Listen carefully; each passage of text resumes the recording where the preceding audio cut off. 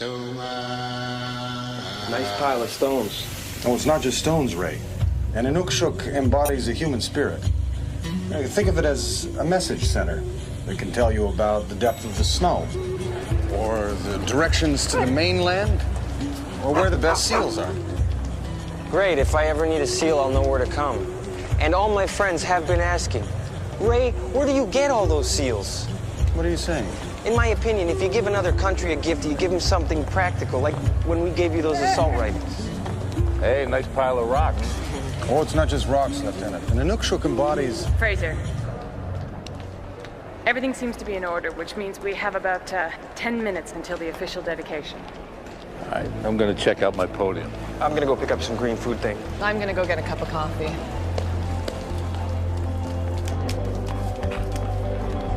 Dave.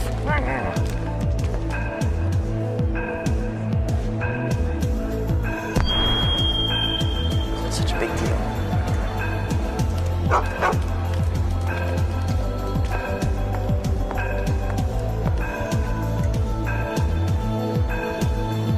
Keith doesn't want to work for you anymore.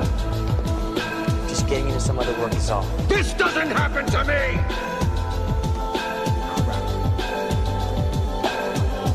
I'm in love with her. Love.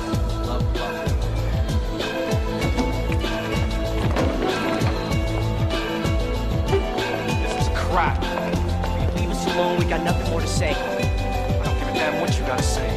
Got that? No! Goddamn word I gotta say. What the hell with you, man? Stop it, somebody! Stop it! No! Stop it! Mike, Keith! Police officer!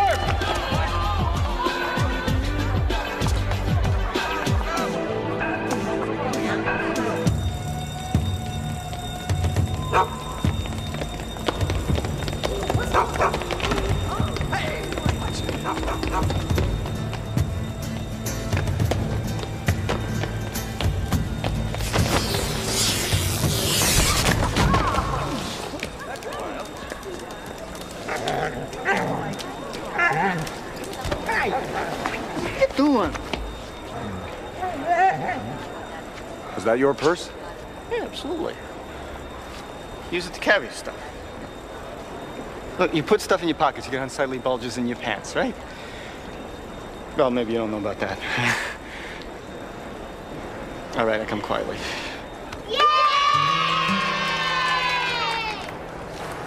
All right, everybody back up, please. Show's over. Show's over. We got an ambulance coming. There's not much I can do for him. Try mouth to mouth. I wasn't insinuating my skills were inadequate, detective. The man simply happens to be dead. Hey. Who's that? Purse snatcher. Who's this? Dead guy. He did it. She did it. They both did it.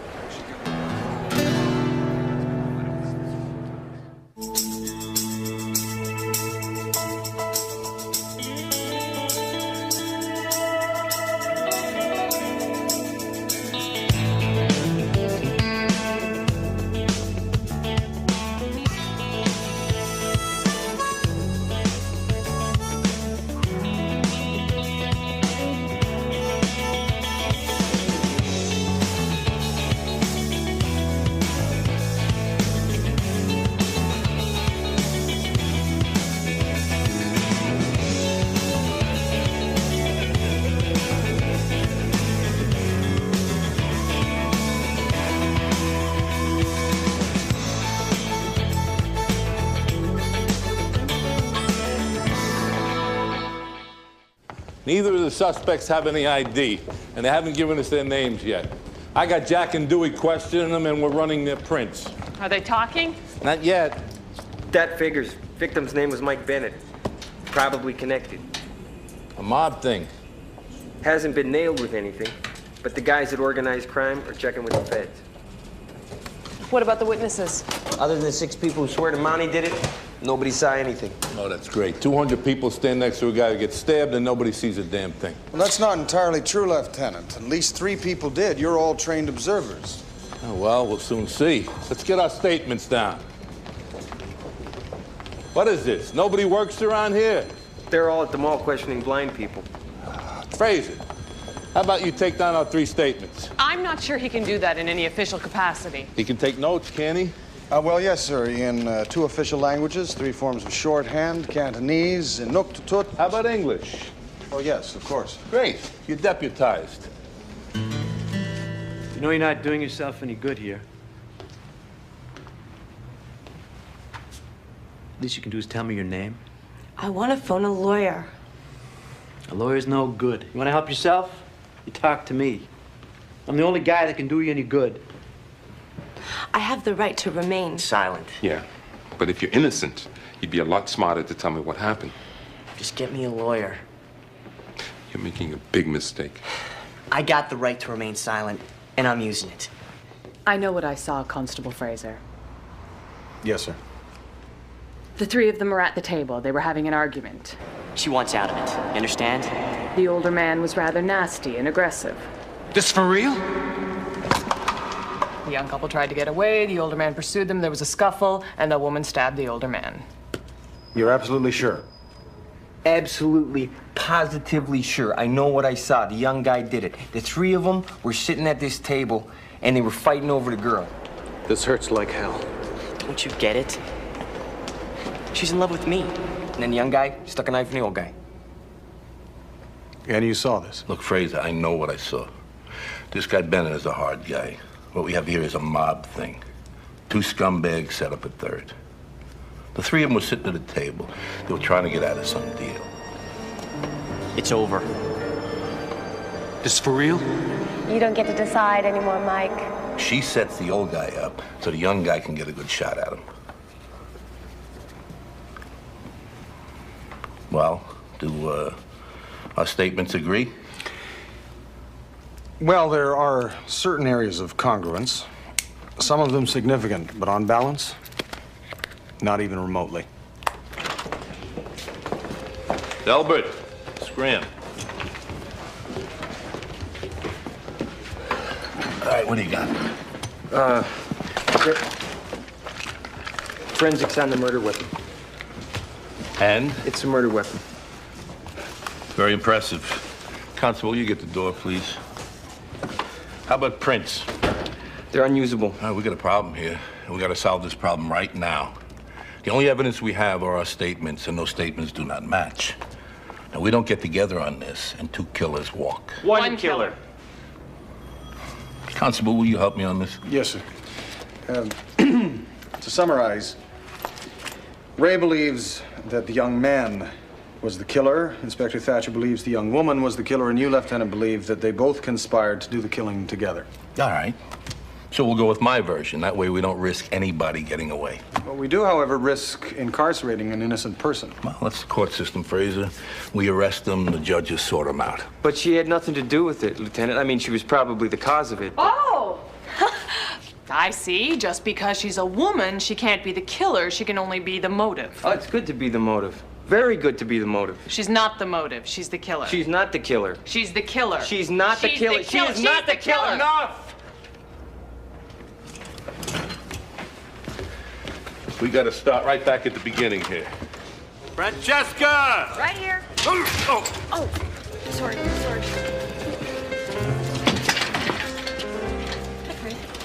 Francesca.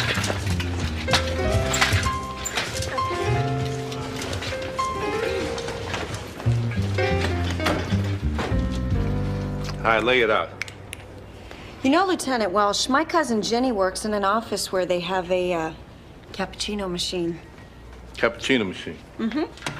Well, you see, the reason I mention this at all is because our coffee is a revolting sludge that could probably kill an ox at 100 paces. And I just really think that a cappuccino machine would boost the morale of the entire station. What do you think? I think this is a police station. It is not a social club. It would probably improve your temper, too. Get a longer shirt.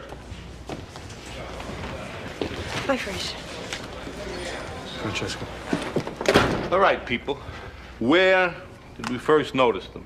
They're at the table and they're having an argument. Right, which puts them right there. And we can assume, since they're having an argument, that they know each other. Of course they know each other. It's Bennett's wife or girlfriend. How would you know that?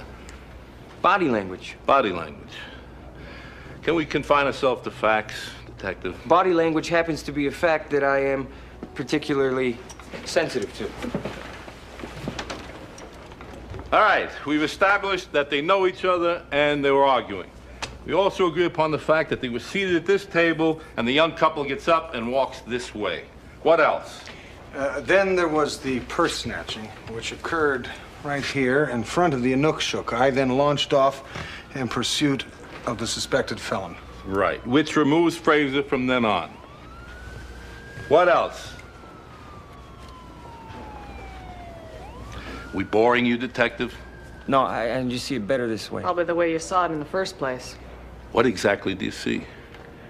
Well, mostly everybody's watching Fraser. These guys over here are getting pretty loud, so I think there's gonna be a fight. So I look over there. Nobody walks out on me. Nobody. And sure enough, Bennett grabs the young guy. He's trying to be threatening, but it's kind of pathetic, really. He's not pathetic. He's brutal. He did the grabbing. You admit that. I admit that he did the grabbing, but the way that he did it was pathetic. And you got this from the body language, right? Exactly. All right. Can we all at least agree on the fact it was the old guy who grabbed the young guy? And you saw this, Lieutenant? Sure. I mean, except for the body language part. I mean, this guy Bennett has to be a tough guy. Why would these two people come in and whack him? These two people didn't whack him. The woman did it. It was the young guy. It was both of them. It was the woman. It was the young guy. It was the young guy. Hi, Fraser. Francesca? State's Attorney Kowalski's here. The Bennett stabbing. What do you expect me to do with this mess? Hi, Stella. Back off, Ray. Well, for a start, how about we press charges against the killers? By killers, you mean the two suspects you seem incapable of identifying? We're not incapable. We got the guy suspect. We got his ID off his fingerprints right here. You just forgot to tell me that? No, I assumed you were busy. Oh, yeah, I was busy. I was busy on this case. And when I'm busy on a case, I like to know about these little details that come up. They're very interesting to me. You know, you don't have to bite my head off. And if you had access to better coffee, you probably wouldn't want to. What is the name, Franny? It's on the pop sheet there. You mean rap sheet? Okay, rap. Pop. Country. Classical. Keith Ska, Warren, reggae. a.k.a. Keith Earl, a.k.a. Warren Earl. B&E, car theft. It's mostly juvenile stuff. Do you have any other evidence I should know about? What, other than the fact that they were standing right beside him when he killed over with a knife in his guts? Cut the sarcasm, Ray. Okay. So the three of you were there and you didn't see anything? Actually, ma'am, we have three very clear statements. Right, we're still working through the evidence. Yes, the evidence. Which we're working through. Yes. That's it. Pretty much. Pretty much. That's about it. Let's just see if I've got the full picture here. You've got two mute suspects, 100 witnesses, none of whom can identify them, no motive, and the three of you apparently were in different time zones when the crime occurred. It's amazing you can keep your jobs. These suspects will lawyer up soon. Then you'll get hit with a police harassment suit. So if you don't come up with something solid, I can't back you. You've got an hour and a half, and I cut them loose. What does that body language tell you? We're sinking. We're sunk.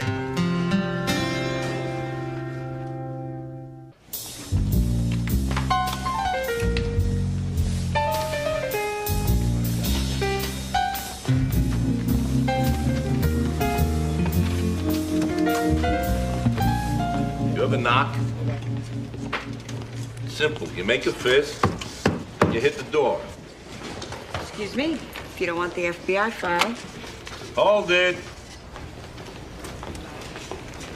Trade. File. Cappuccino machine. Look, cops are supposed to drink bad coffee.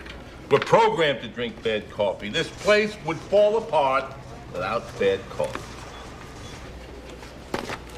You don't know what you're missing. Hi, Fraser. Francesca. All right, here we go. Guy Bennett was into everything. Prostitution, numbers, extortion, gambling. This guy right here, Louis Three Lips Ricchetti. He's Bennett's brother-in-law. He's got a record as long as your arm. Johnny the Worm Maggot. He's second in command. Feds believe he takes care of the whole drug side of the operation. Okay, so he's got a suspect source of income, and he knows a bunch of guys with stupid nicknames. So what? So these creeps that we got here, they were part of the operation. They figure Bennett's getting a little slow, so they whack him. Just because he's a career criminal doesn't mean that's why they murdered him. Occupational homicide. Happens every day. At the post office, maybe. You really think that this was a hit? Why not? Because it's brainless. Two guys sit down. Hey, let's stab a guy in broad daylight with 100 witnesses. Maybe they're so smart they do something stupid. Anybody ever think of that? Could you elucidate, sir? No, not since the late 60s. That's Canadian for explain. Oh, all right. These guys want to whack somebody. They think we're smart, and they think we're onto all the smart ways to do it. So they do it dumb. Right? Now, we think they can't possibly be that dumb, so we're dumb and we let them go. But if we're smart, we realize they did it stupid because they're so smart, and we put them away. Very simple. I see. The double bluff. Or is that a triple bluff? Well, it doesn't matter. The point is... The point is, she's still standing in the shopping mall with a bloody dagger in her hand. Did you actually see the knife in her hand? Well, no, but I was a little distracted. Constable Fraser was running after the shoplifter. You know, the uniform, the motion, the legs, driving like pistons, pumping like steel.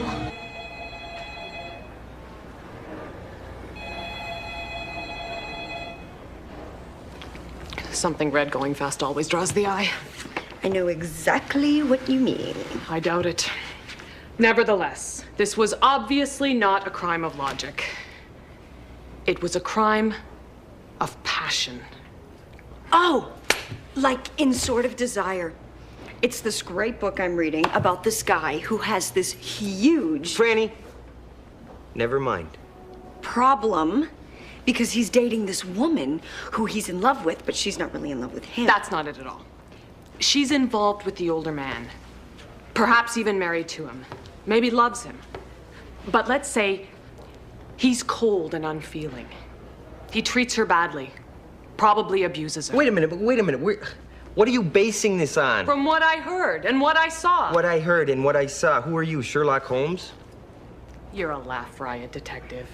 But if you had looked, you would have seen that she wore Cartier earrings mounted in rose gold and uncultured black pearls. Exactly the kind of gift an older man might give to buy affection and excuse his guilty conscience. Wow, that is one talkative necklace. But did you look at the hand? Because if you did, you would have seen she was wearing the young guy's school ring, which means she was going out with the creep. They're all creeps. She could have stole the jewelry from her grandmother. She could have lifted the ring from her brother. She and the young man were friends. Lovers. Friends. Lovers. It is possible for a man and a woman to develop a personal platonic relationship based on friendship, a shared sense of values and mutual respect. Yeah, on Mars, maybe. Oh, no, here on Earth as well, Ray. I think it happens all the time. Doesn't sound like much fun to me. She met the young man. How'd she meet him? It doesn't matter how she met him. Maybe he was her delivery boy. Maybe he was her plumber. Maybe he was... Wait, her pool boy. Yes, like in The Sort of Desire. Well, okay, the guy in The Sort of Desire wasn't really the pool boy. He was actually... An English lord. An English lord? All right, he's her pool boy. He meets her. He sees her with the older man, but he knows how terrible he is for her. He also knows she could never face him alone, so... She wants out of it, you understand? It's over. This for real? He looked at the young man first. Then he pulled his hand away from the young woman. No, that's wrong.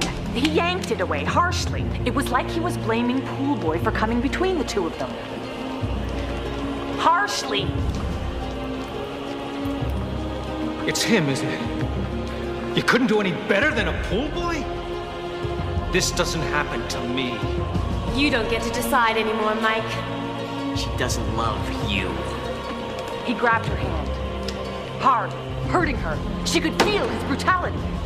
Taking you home. Pool Boy couldn't stand to see it. He gripped my card and yanked her away.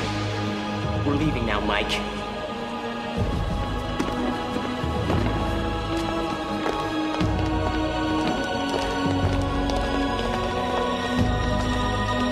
This is stupid. Oh, quiet, Ray. I mean, why is he doing all this if nothing's going on? Because he's giving of himself. He's a maroon. Pool boy? Please, Mike. My property. Nobody takes nothing away from me. Come on, let's get out of here. Can't you hear anything I say? The hell with you! Kill you, punk!